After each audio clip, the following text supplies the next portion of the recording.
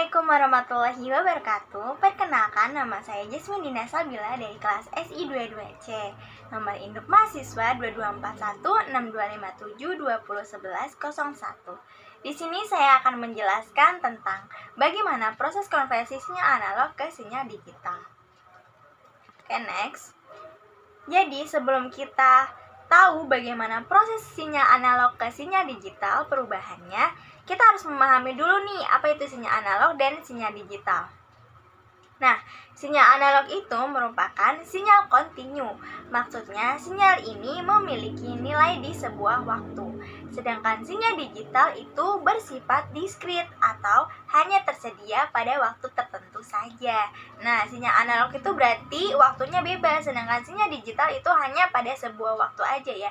Jadi waktunya itu ditentukan. Kalau sinyal analog itu bebas. Seperti gambarnya ya, kalau sinyal analog tuh bergelombang-gelombang, sedangkan sinyal digital tuh hanya pada waktu tertentu, jadi dia garis-garis. Oke, next. Nah, bagaimanakah proses konversinya? Nah, jadi konversi dari perubahan sinyal analog ke sinyal digital tuh ada 3 macam proses. Yang pertama ada sampling, yang kedua ada kuantisasi, dan yang ketiga ada decoding. Oke, yang pertama sampling. Nah, sampling itu merupakan proses perubahan sinyal analog yang berbentuk sinyal waktu kontinu menjadi sinyal waktu diskrit. Yang kedua, apabila proses sampling tidak sesuai dengan syarat Nyquist, maka akan terjadi aliasing sinyal. Apa sih aliasing sinyal? Nah, aliasing sinyal itu merupakan proses di mana sinyal waktu diskrit yang dihasilkan memiliki frekuensi yang berbeda dengan sinyal aslinya, sehingga tidak mewakili sifat sinyal aslinya.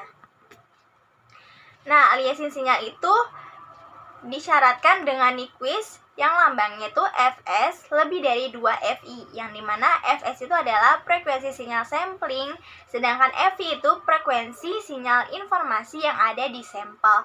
Jadi frekuensi sinyal sampling itu lebih besar dari 2 frekuensi sinyal informasi yang ada di sampel. Oke, next. Yang kedua ada kuantisasi. Nah, proses kuantisasi itu adalah proses memetakan nilai masukan dari suatu himpunan besar atau seringkali merupakan himpunan kontinu ke nilai keluaran dalam himpunan yang lebih kecil atau yang dapat dihitung, dan seringkali dengan jumlah elemen yang terbatas. Jadi memetakan nilai masukan dari suatu himpunan besar, kuantisasi itu, ke nilai keluaran dalam himpunan yang lebih kecil.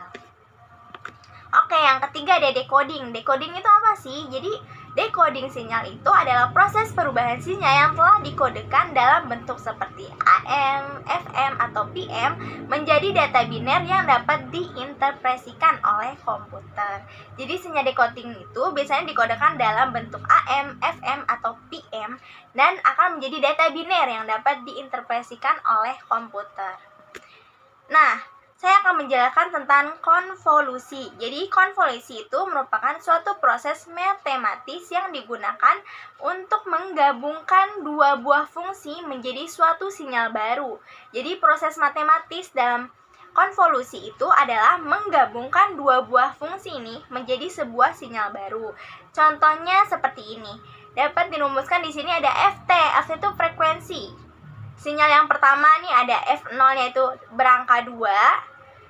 F1-nya itu minus 2 dan F2-nya itu minus 1. Sedangkan GT di sini adalah ada G0-nya itu 3, G1-nya itu 1, dan G2-nya itu 2. Dan grafiknya tuh ada 2 fungsi seperti ini. Nah, grafiknya ada yang pertama ada yang F0 itu 2, terus F1 itu minus 2, dan yang ketiga itu ada minus 1. Grafik ini 2 buah fungsi ya, dan itu kita hitung menjadi sebuah sinyal baru nantinya. Nah, cara penghitungannya tuh rumusnya adalah H kali G dalam kurung T sama dengan FK kali G T dikurang K. H kali G di sini adalah kita hitung dari 0, 1, sama 2 ya. Nah, T-nya itu kita ganti jadi 0 sama dengan FK G 0 dikurang K. Nah, rumusnya ada F0 kali G0 ditambah F1 kali G1 ditambah F2 kali G2. Tadi F0-nya berapa? F0-nya itu kan 2, jadi kita masukkan 2. Terus kali G0-nya berapa? G0-nya itu 3, berarti 2 dikali 3. Nah, ditambah F1-nya berapa tadi? Minus 2. G1-nya berapa tadi? 1, dan F2-nya itu tadi berapa?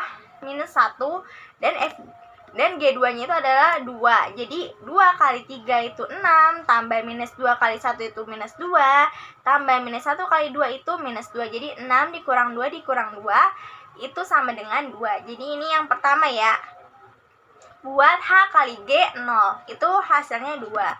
Oke, sekarang H kali G1 sama rumusnya FK kali G1 dikurang K tapi. Sedangkan kalau tadi kan T-nya itu kan 0 dikurang K. Kalau sedangkan ini tuh 1 dikurang K gitu. Nah, sama F0 kali G1. Ini kan F0 kali G0. Sedangkan ini F0 dikali G1 ditambah F1 kali G0. Nah, ini F1 kali G1 kan. Ini diganti kebalik. Jadi F1 dikali G0 tambah F2 kali G1. Nah, ini dibalikin F2 kali G1. Tadi 2, ini sekarang 1.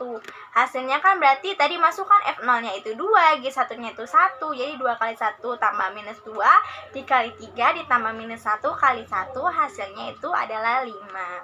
Nah, sekarang H kali G2. T-nya diganti jadi 2. Rumusnya ada F0 kali G2 ditambah F1 kali G1 ditambah F2 kali G0.